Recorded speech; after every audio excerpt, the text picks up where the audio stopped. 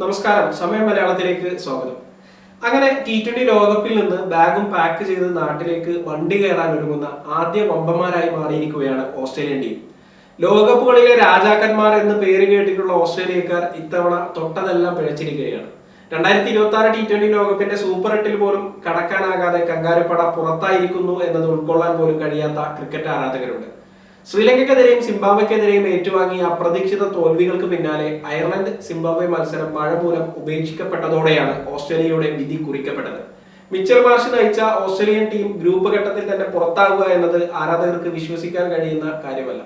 എന്നാൽ ട്രോളന്മാർ ഇത് ഏറ്റെടുത്തിരിക്കുകയാണ്. ലോകകപ്പ് കളിക്കാനാണ് വന്നതെന്ന് ഓസ്ട്രേലിയ മറന്നുപോയോ എന്നാണ് പലരും ചോദിക്കുന്നത്. ഇതിനിടയിൽ ഓസ്ട്രേലിയൻ ക്രിക്കറ്റ് ബോർഡിനെ പരിഹസിച്ച് രംഗത്തെത്തിയിരിക്കുകയാണ് ഐസ്ലാൻഡ് ക്രിക്കറ്റ്.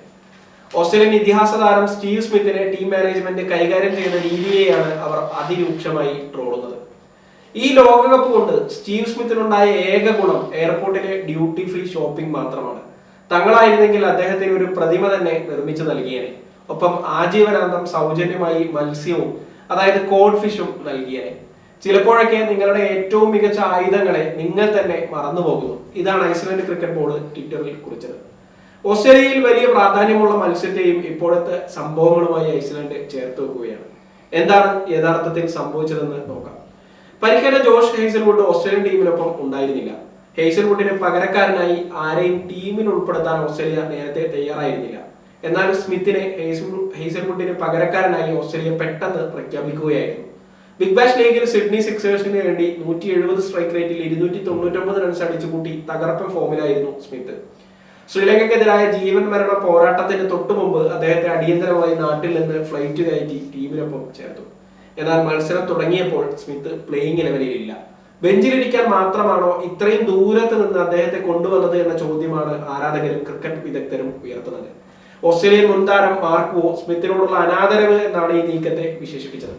സിംബാബ്വെയോട് പരാജയപ്പെട്ട ടീം ശ്രീലങ്കയ്ക്കെതിരെയും പരാജയപ്പെട്ടപ്പോൾ സ്മിത്തിനെ പോലൊരു അനുഭവ സമ്പന്നൻ പുറത്തിരുന്നത് തന്ത്രപരമായ വലിയ പിഴവായാണ് വിലയിരുത്തപ്പെടുന്നത്. ക്യാപ്റ്റൻ മിച്ചൽ മാർഷ് പറയുന്നത് ടീം ആകെ തകർന്നിരിക്കുകയാണ് എന്നാണ്. ഞങ്ങൾ ദൈവത്തിന്റെ കൈകളിലാണ് എന്ന് അദ്ദേഹം പറഞ്ഞിരുന്നു. എന്നാൽ മഴ പോലും അവരെ രക്ഷിച്ചില്ല. ഓസ്ട്രേലിയൻ ക്രിക്കറ്റ് ചരിത്രത്തിലെ തന്നെ ഏറ്റവും വലിയ നാണക്കേടുകളിൽ ഒന്നായി ഈ ലോകകപ്പ് മാറിയിരിക്കുകയാണ്. 2009 ശേഷം ഇതാദ്യമായാണ് ഓസ്ട്രേലിയ T20 ലോകകപ്പിന്റെ ഗ്രൂപ്പ് ഘട്ടത്തിൽ പുറത്താകുന്നത്. ഓസ്ട്രേലിയ പുറത്തായപ്പോൾ അതുകൊണ്ട് നേട്ടമുണ്ടായത് സിംബാബ്വെക്കാണ്. നേരത്തെ ഒമാനെതിരെയും ഓസ്ട്രേലിയക്കെതിരെയും സിംബാബ്വെ വിജയിച്ചിരുന്നു. ചൊവ്വാഴ്ച നടന്ന T20 ലോകകപ്പ് ഗ്രൂപ്പ് ബി മത്സരത്തിൽ സിംബാബ്വെയെ അയർലൻഡ് പരാജയപ്പെടുത്തണം എന്നത് ഓസ്ട്രേലിയയുടെ നിലനിൽപ്പിന് അത്യാവശ്യമായിരുന്നു. എന്നാൽ പല്ലക്കലയിൽ മഴയെ തുടർന്ന് മത്സരം ഉപേക്ഷിക്കേണ്ടി വന്നു. ഇതോടെ മുൻ ചാമ്പ്യന്മാരായ ഓസ്ട്രേലിയക്ക് ടൂർണമെന്റിൽ നിന്ന് പുറത്താവുകയായിരുന്നു.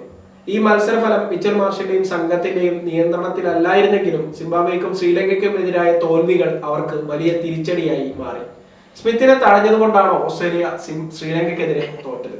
അതോ T20 ഫോർമാറ്റിൽ ഓസ്ട്രേലിയയുടെ കാലം കഴിയുകയാണ്? നിങ്ങളുടെ അഭിപ്രായങ്ങൾ കമന്റ് ബോക്സിൽ അറിയിക്കുക. കൂടുതൽ ക്രിക്കറ്റ് വിശേഷങ്ങൾക്കായി സമയം മലയാളം ചാനൽ സബ്സ്ക്രൈബ് ചെയ്യൂ.